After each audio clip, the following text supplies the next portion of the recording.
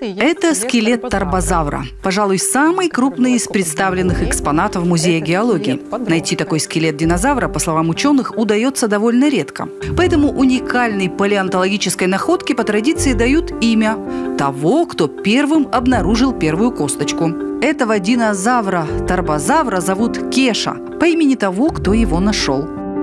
Это скелет подростка. Торбозавр – это, по идее, аналог тираннозавра. Все знают американского тираннозавра. Это родственники. Но вы знаете, что в определенный момент времени развитие жизни на территории Евразии и Америки, оно немножко разошлось. Допустим, в Америке там саблезубый тигр называется смелодон, а в Евразии саблезубый тигр, на него похож, называется махайрод. Небольшие отличия. Также и с торбозавром. Это очень близкий родственник тираннозавра, но он обитал в Евразии. Этот экземпляр откопан в Монголии, не в республике Коми, и передан нам в дар палеонтологическим музеем из Москвы. В фондах Музея Института геологии хранится все многообразие органического мира прошлого. От самых древних и примитивных форм – это цианобактерии, до мезозойских динозавров и мамонтовой фауны, которая появилась практически в одно время с человеком. Изучение всех этих организмов позволяет ученым делать разные открытия. Сегодня самый большой интерес вызывает ранняя история Земли – период появления жизни на нашей планете. Случилось это приблизительно 3,5 миллиарда лет назад.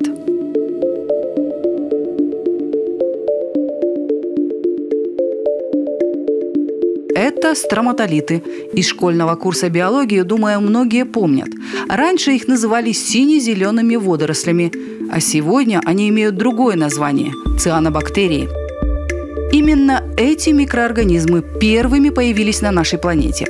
Цианобактерии строили вот такие постройки. На отполированной плите их хорошо видно. Эти и множество других микроорганизмов изучают ученые Института геологии. Профессор Анна Антошкина много лет посвятила разным микроорганизмам и проблемам образования рифов. Афросальпингиты, хикетофайтоны – все это название цианобактерий. Ассоциации цианобактерий с гидроидами являлись важным компонентом палеозойских рифов Урала, Аляски и Салаира, юга Сибири.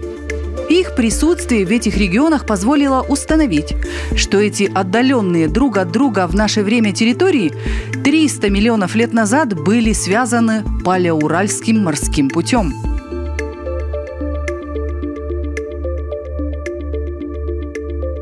Это вот афросальпингиды.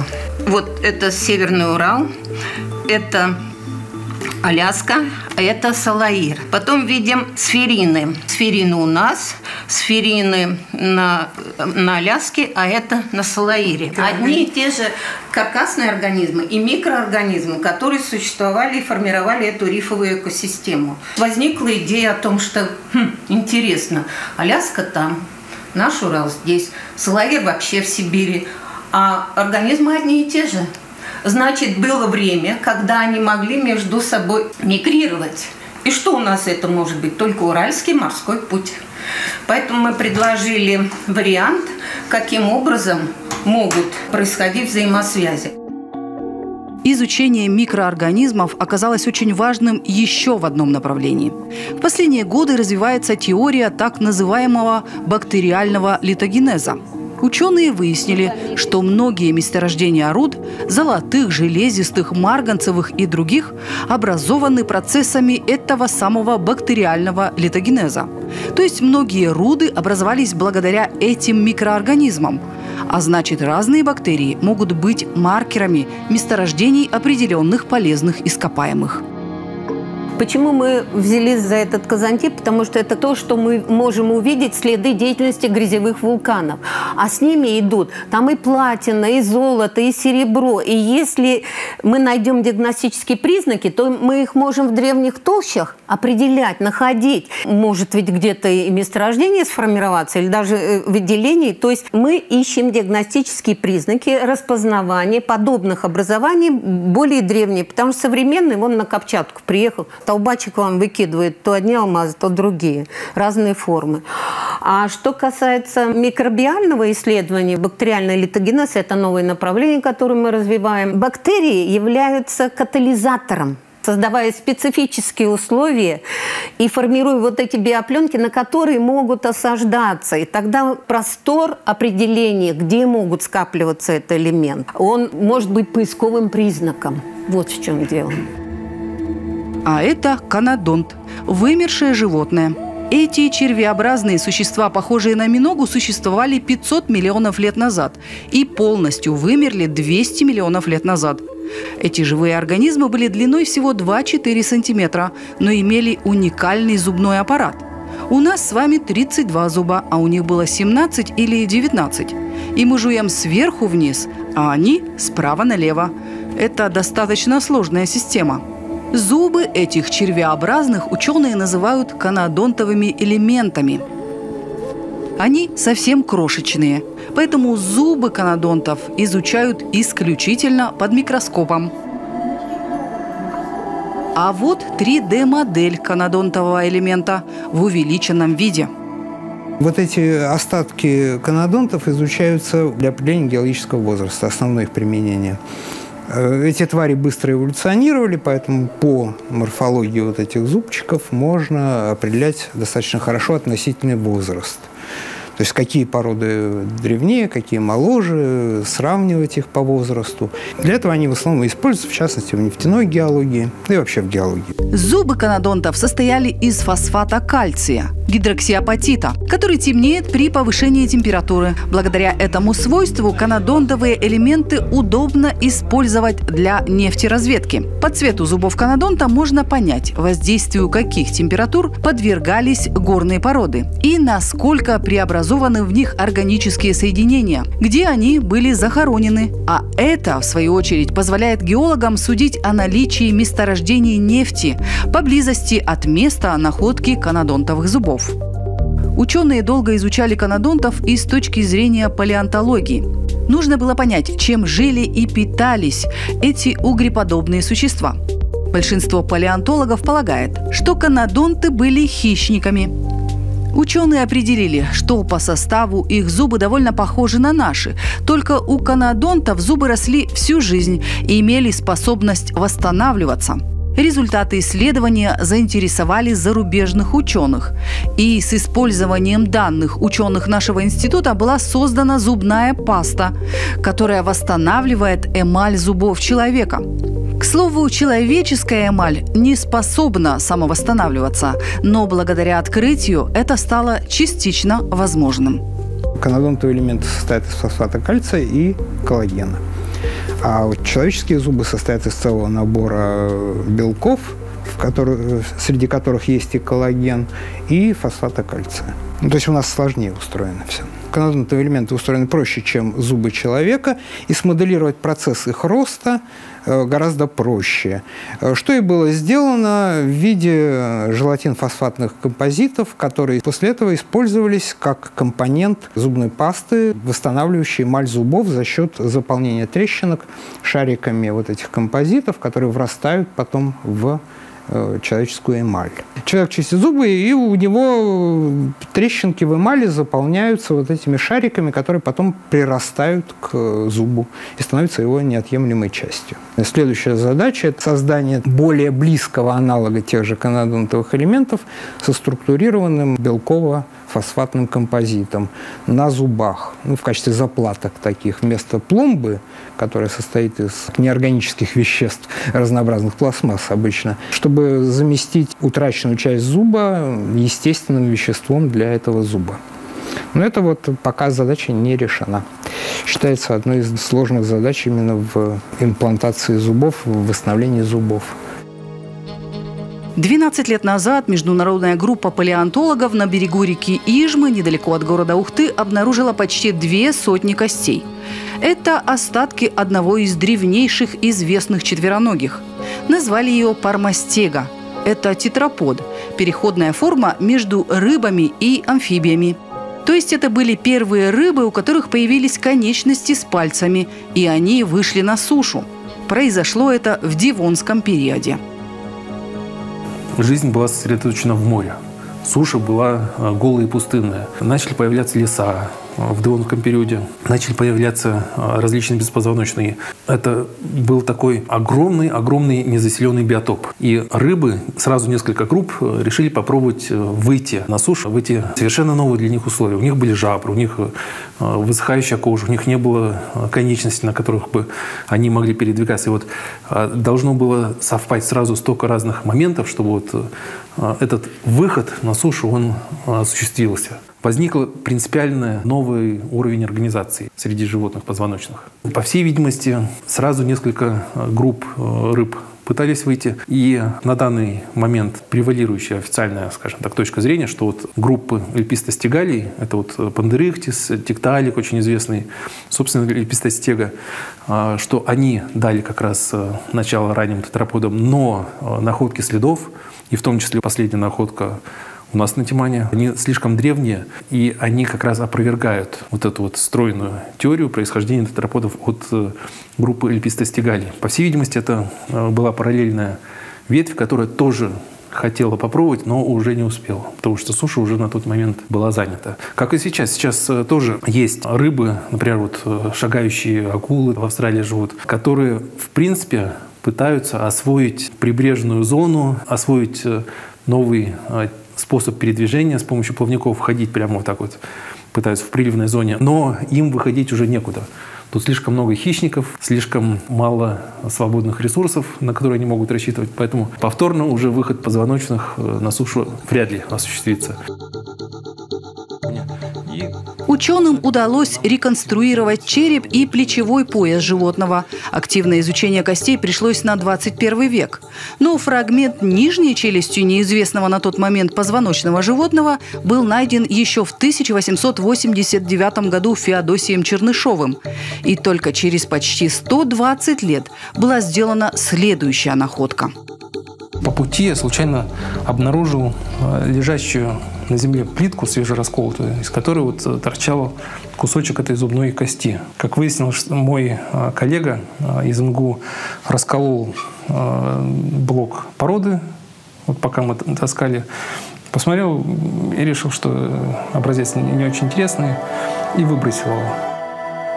Вот так случайность запустила 11 лет активной работы, 5 на раскопках и еще 6 на извлечении фрагментов из известняка.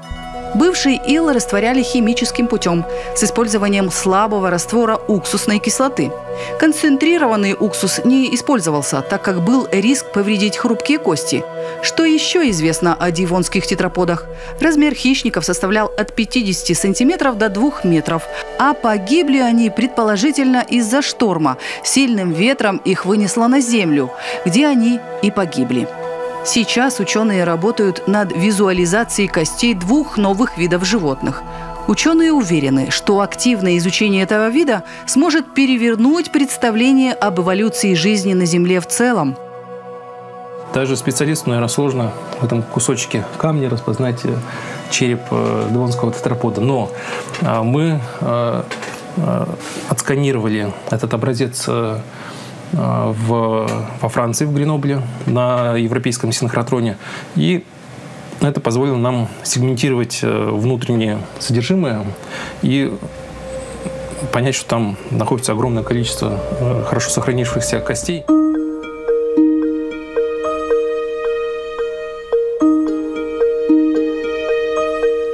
А в этой лаборатории изучают более поздние экосистемы, которые тоже исчезли, но относительно недавно. Всего 20-30 тысяч лет назад и меньше. Это время резких перестроек климата, ландшафтов и растительности. Ученые реконструируют, когда и какие организмы существовали на нашей планете. Как они эволюционировали, каковы были закономерности этой эволюции. Для этого нужно выстроить целые эволюционные линии.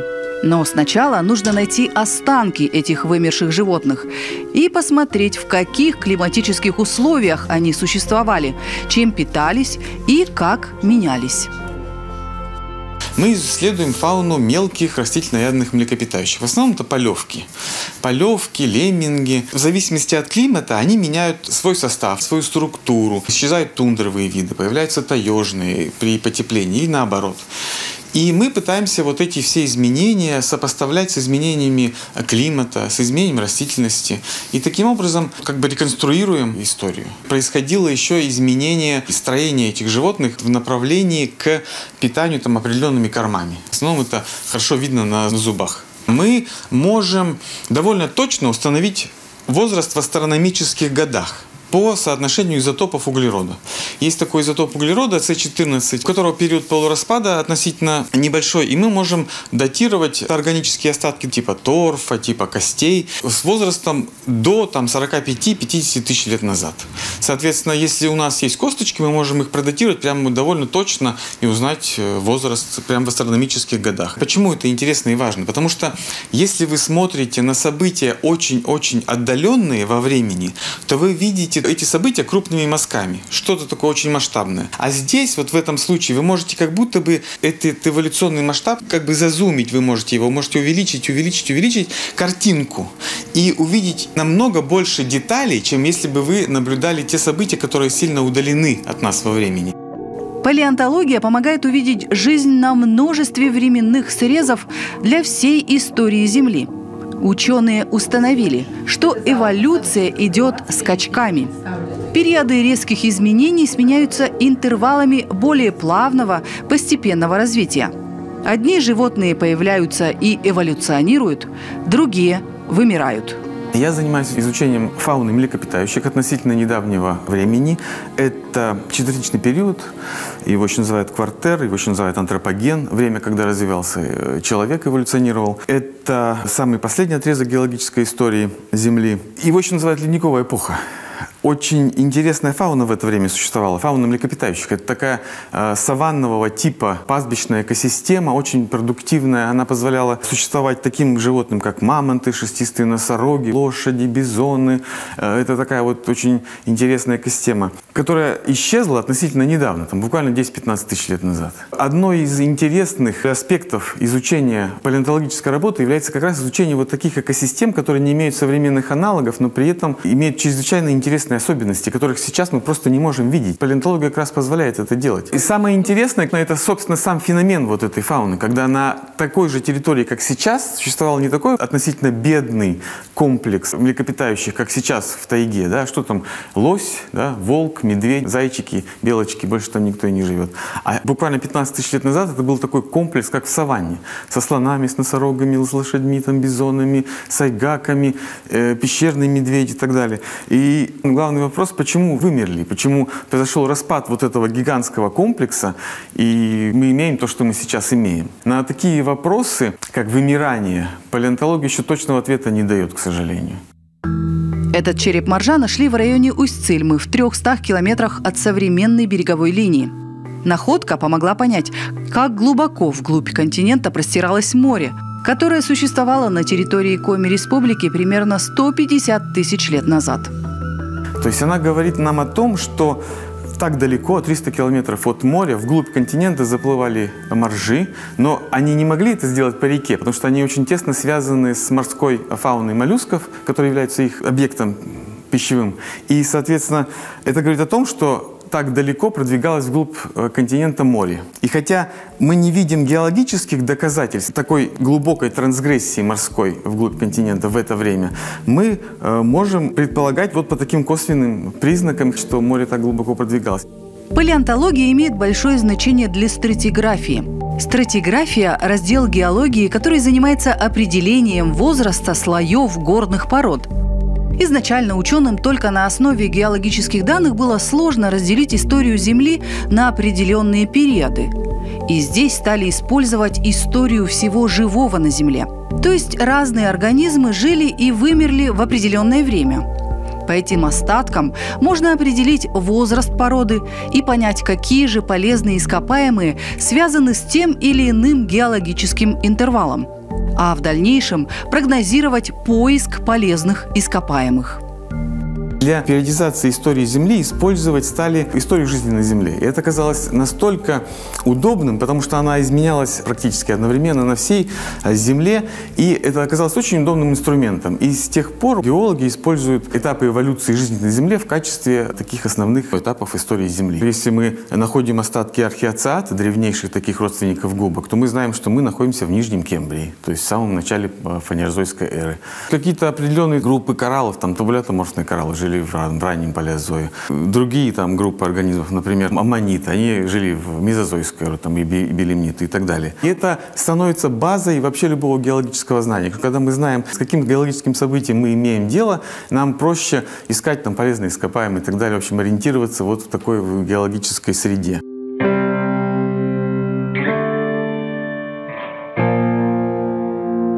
Отдел горючих ископаемых в Институте геологии создали еще в 1975 году.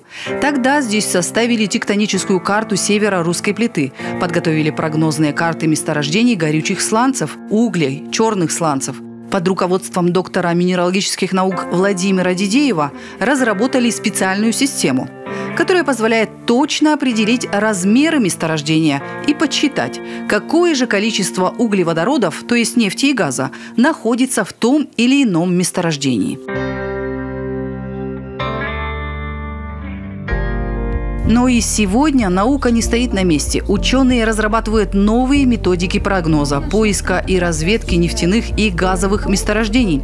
В лабораториях ученые моделируют процессы образования нефти и газа, изучают, из каких компонентов они состоят и чем отличаются друг от друга. Эти знания помогают перерабатывать полезные ископаемые, чтобы получить новые виды топлива, горюче-смазочные и другие химические вещества. У нас есть схема разделения, и на каждом шаге мы при помощи колоночной хроматографии разделяем образец на все более узкие и узкие фракции. И в конце при помощи современных аналитических методов мы исследуем эти образцы. То есть это метод хроматомасс-спектрометрии и газожидкостная хроматография. Это лаборатория геохимии органического вещества института. Здесь, как и много лет назад, изучают нефть. Конечно, если посмотреть на карту полезных ископаемых региона, здесь не один десяток различных месторождений. Но для экономики региона нужны все новые и новые. А прежде чем дело дойдет до добычи нефти, нужно сделать множество исследований. Мы изучаем состав и происхождение нефтей в Тимано-Печорской провинции, в частности, на территории Республики Коми, с целью прогноза новых нефтяных залежей. Вот это геохимическая составляющая. Это выяснение, что за нефть, какой ее состав, откуда она взялась, из каких отложений, сколько этих отложений, и можно ли ожидать дополнительных залежей, исходя из тех условий, в которых она образовалась. То есть ученым доставляют керн из уже известных месторождений и керн из нового месторождения, которое только предстоит изучить и открыть. Ученые выделяют органическое вещество и сравнивают состав нефти из разных месторождений. Одновременно керн изучают другие специалисты, в том числе литологи и стратиграфы. И только после комплексного исследования будут сделаны окончательные выводы. Но это уже итог большой работы, куда будут включены в том числе и наши данные. Это не только наша работа, это работа больших коллективов. Изучая условия формирования состава нефти, можно прогнозировать, где будут находиться их залежи, которые еще предстоит нам открыть. Как только мы их откроем, благодаря отчасти помощи вот этих геохимических исследований, увеличится потенциал республики и Тимано-Печорской провинции в целом по запасам этих скоплений углеводородов. Каждый день сотрудники Института геологии Коми открывают что-то новое. Например, интинский уголь содержит много золы. Наши ученые научились удалять золу и делать продукт более энергоемким, а производство безотходным. Нужно только выделить все нужные составляющие. Паровоз везет из Инты уголь, содержащий много золы. Потом она сжигается на месте, это все остается в виде шлаков. Соответственно, это впустую гонится. Плюс калорийность из этого угля снижена. Если мы получаем обеззоленный продукт, выбросов нет, шлаков нет, и перевозим мы чистый, концентрированный продукт, дающий очень большое количество энергии при сжигании, больше, чем необогащенный уголь. Выделенную золу, по словам ученых, можно будет использовать для строительства. Получается, ученые предлагают безотходное производство. Добытый уголь перед транспортировкой ученые предлагают делить на разные составляющие и максимально полезно использовать. Конечно, для этого понадобится построить завод по переработке угля. Перспективное направление использования газольного угля в качестве топлива в реактивных двигателях. То есть размол до состояния пудры и можно подавать в двигатели. Опять же, он удобен при транспортировке в условиях арктической зоны. То есть это сухой продукт, который в принципе не токсичный, он может вот лежать и ничего не выделять. Ни жидкость не выделяется, ни газообразные вещества не выделяются. То есть никаких-то даже особых условий для транспортировки не требует. Даже при минусовой температуре сохраняет все свои свойства. То есть он не замерзает. Это твердое вещество, оно не может замерзнуть. Даже в воду попадет, он в воде практически не растворяется. То есть ничего страшного с собой не произойдет. При добыче угля остаются шламмы – это отходы. С помощью нанотехнологий ученые научились выделять так называемые гуминовые кислоты из этих шламмов. Эти кислоты можно использовать в сельском хозяйстве. Совместно с Институтом агробиотехнологий уже проведены полевые испытания. Полученные вещества оказались хорошими стимуляторами роста. Данная технология может позволить нам переработать шламмы, которые накопились в результате работы Интинской горно-обогатительной фабрики. То есть там миллионы тонн шламов лежат. Бурый уголь содержит гумусовые кислоты, и вот если их выделять, то могут использоваться при рекультивации почв, опять же в арктической зоне, поскольку почва в арктической зоне очень медленно восстанавливается, растительность медленно восстанавливается. Чтобы ускорить этот процесс, можно применять гумусовые кислоты. Сами гумусовые кислоты, вот они, препараты. И вот этим потом можно будет удобрять землю? Да, то есть не конкретно ими, а раствором. Концентрация очень маленькая у них в растворе, то есть порядка 200-300 миллиграмм на литр гумусовых кислот. То есть их много не надо. В нашей республике учеными открыты месторождения горючих сланцев. Огромные запасы этого топлива пока не добывают в промышленных масштабах. Но ученые уже работают над тем, чтобы сделать разработку экономически выгодной и экологичной. А в этой лаборатории занимаются переработкой титана. Ученые ищут способы обогащения титановых руд Республики Коми, запасы которых оцениваются в 50% от всех запасов России. Свои усилия ученые сосредоточили на наиболее крупных – Ярикском и Пижемском месторождениях. Предлагаемые решения по обогащению позволяют получать максимально полезный концентрат титана, что в будущем повысит эффективность и рентабельность добычи. Мы использовали фторидные соединения, которые активно взаимодействуют с кремнием, и при низких температурах до 300 градусов и времени буквально занимает час, мы сумели получить высокотитановый концентрат, достигнув примерно от 80 до 85% обогатить его. Сейчас такой концентрат может применяться уже в сернокислотных производствах или хлоридное производство пигментного и металлического титана. Ученые стремятся к созданию безотходных технологий, поэтому побочные продукты обогащения титана тоже предлагают использовать. Например, как исходное сырье для создания новых материалов. Как раз в этой лаборатории создают новые материалы. Одним из направлений является синтез титаносиликатов – сорбентов. Они словно губки могут впитывать и извлекать из водных сред радионуклиды и тяжелые металлы. 250 градусов. Одним из таких материалов явились титаносиликаты, являющиеся сорбентами радионуклидов, которые могут применяться на атомной энергетике, сорбировать стронций, цезий, барий, радиоактивные изотопы. И не только сорбция, но и уже захоронение этих материалов в виде титанатной керамики до 1000-1100 градусов, плюс использование вакуума. При этих температурах получается плотно испеченная керамика, которая может захораниваться, и уже в течение длительного времени радионуклиды распадаются, а никуда далеко не уходят. За каждым новым достижением ученых большая работа в поле и длительные исследования в лаборатории. В следующей программе мы расскажем о других научных открытиях и работах ученых Института геологии Коми.